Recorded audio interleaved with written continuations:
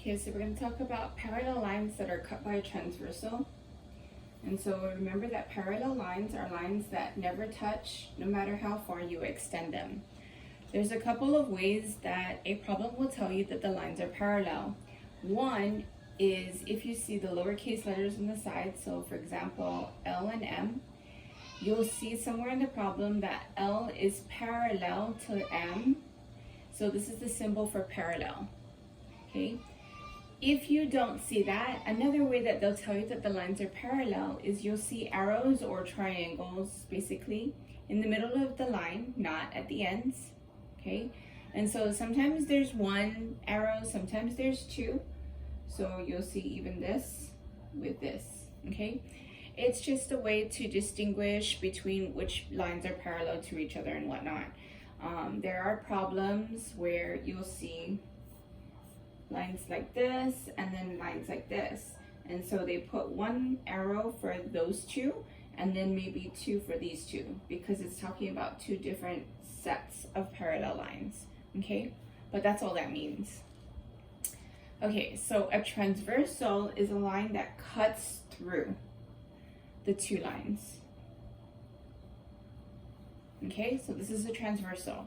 And when you have one transversal that cuts through two parallel lines, you have a total of 8 angles altogether, okay? So you have 1, 2, 3, 4, 5, 6, 7, 8, okay? Now I numbered it differently than what you will see on the slides, and that's so that you're not used to just the numbers or memorizing the numbers, okay? So when you look at these angles form 4 different angle pairs, okay? We have the alternate interior angles, okay? The alternate exterior angles, corresponding angles,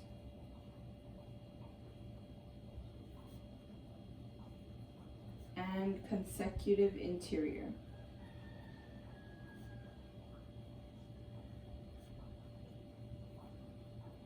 So all of these are referring to pairs, okay? Now, you notice that in these words you have interior and exterior. If you go back to the parallel lines, so in between the parallel lines are what we call the interior, and then this would be the exterior, and this would be the exterior, okay? So all our interior angles would be 2, 7, 3, and 6, and then our exterior angles would be angles 1, 8, 4, and 5, okay?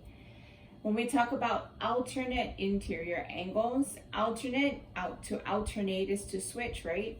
So our alternate interior angle pairs would be angle 3 with angle 7 and angle 2 with angle 6. Now when we talk about alternate exterior angles, so these are our exterior angles that are on different sides of the transversal, which would be angles 8 and 4, 1 and 5. Okay, with our corresponding angle pairs. So corresponding usually means paired up in a way. So when you think about corresponding, if you were to assign a position for this group of angles here, so we have angle 1, 8, 2, and 7.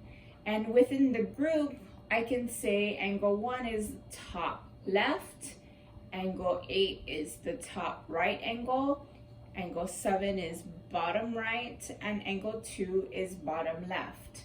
So if we assign those same roles or same positions to these angles, angle 3 would be in the top left. So corresponding would be the two angles that are in the same position. So angle 1 and angle 3 are corresponding. Angle 8 and angle 6 are corresponding. Angle 2 and angle 4, angle 7 and angle 5. So those are our corresponding angles. And then the last angle pairs we have are the consecutive interior angles. And so again, interior would mean inside. So we're talking about 2, 7, 3, and 6. Consecutive would be on the same side of the transversal. So angle 6 and angle 7 are consecutive interior angles. 2 and 3 are consecutive interior angle pairs.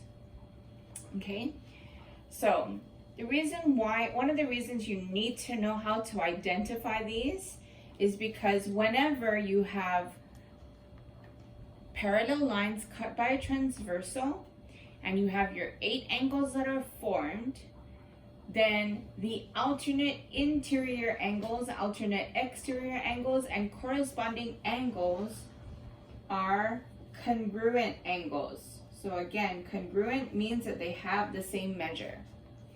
With the consecutive interior angles, these are supplementary. And supplementary just basically means that they add up to 180.